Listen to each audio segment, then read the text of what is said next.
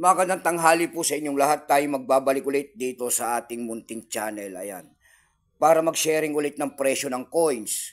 Kung magkano ng kanyang halaga sa ating mga online selling. At isa naman tayong kolektor. Magandang tanghali po guys. Meron naman tayong pag-uusapang barya. Ito po ay barya po ng Pilipinas. Kauna-unahang year po ng BSP. Ayan, 1995 po. Ayan, 1995 ni Dr. Jose Rizal, 1 peso po. Pagkatalikod naman po niyan, makikita nyo ang imahe po ng year 1993, ang pagtatag ng ating Bangko Sentral, and then Catwheel po sa bilog na yan, Catwheel. Diyan po bumabase ang ating mga kolektor kung anong reverse uday ang isang coins.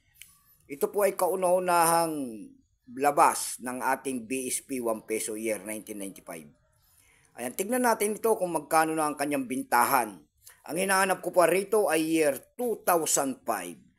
Ayan. Yung year 2005 po ito ay 500 pataas po ang presyo. Yung year 2006 naman po ay 50 pesos pataas. Depende po sa ano ng coins kung maganda pa.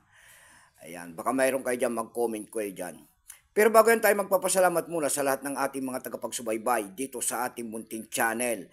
Lalo-lalo na ang aking mga subscriber dyan. Thank you so much sa inyong lahat. Mabuhay po kayo and God bless at magandang tanghali po. Maraming salamat din po sa nanonood doon sa ating FB page. Lahat po na nakapalo sa aking FB page, thank you so much sa inyong lahat. Mabuhay po kayo and God bless din. Yun naman po hindi pa po nakapag-subscribe dito sa ating YouTube channel. Anyayaan ko lang sana kahit malaking tulong na po ubagay ang inyong magagawa. Tulad na lamang po sana ng pagpindot ng ating subscribe button, like and share. Para ma-update ko naman kayo sa mga ilalabas ko pang mga bago kong video about coins. Ayan. Ito, tingnan natin kung magkano ng bintahan nito, pero bago yan, kilalanin mo muna natin ang coins na yan. Issue po niyan ay Philippines po, Period Republic, 1946 up to date po. Type dito, Standard Circulation Coins, years, 1995 hanggang 2003. Ayan, value niyan 1 peso, nakapalog po sa BSP series, currency piso 1967 up to date po. Composition niyan ay copper nickel, may bigat lamang itong 6.1 grams. May haba naman itong 24 mm, may kapal po naman itong 1.75 mm. Orientation niyan ay middle alignment number and dash 1681, reference number KM-269. Ito pong year 1995 na ito pa ay 6% lamang. Ayan, wala pa pong may pakita ang ating Bangko Sentral kung ilang piraso po ang ginawa sa barya na yan at ito po ay ginagamit pa natin. Pero may price appraisal na po yan kung tawagin ng ating mga kolektor doon sa ating lumista. Yung kanyang extra fine po ay 16, yung kanyang almost uncirculated ay 51, ang circulated po nito ay nagkakalaga po ng 56 pesos. Dako naman tayo sa kanyang price. Doon sa ating EB.com po, ayan, meron tayo nakita nagbebenta nito ng $3.49. Nasundan po yan ng $2.50.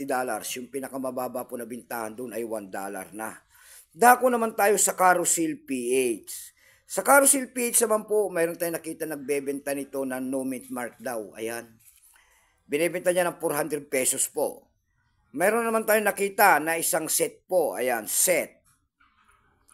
Mula year 1995 hanggang 2017, ayan, set. Binibenta niya po ng 1,700. Meron naman tayo nakita nagbebenta nito ng 1,500, isang set din. Yung pinakamababa po na mayroon naman tayo nakita doon na 500 pesos din. Ayan, sinasabi niya na wala rin mint mark. Ayan, 500 pesos din ang bintahan. Ayan lamang po ang ating may babaging kanyang presyo po. Keep safe po sa inyong lahat and God bless.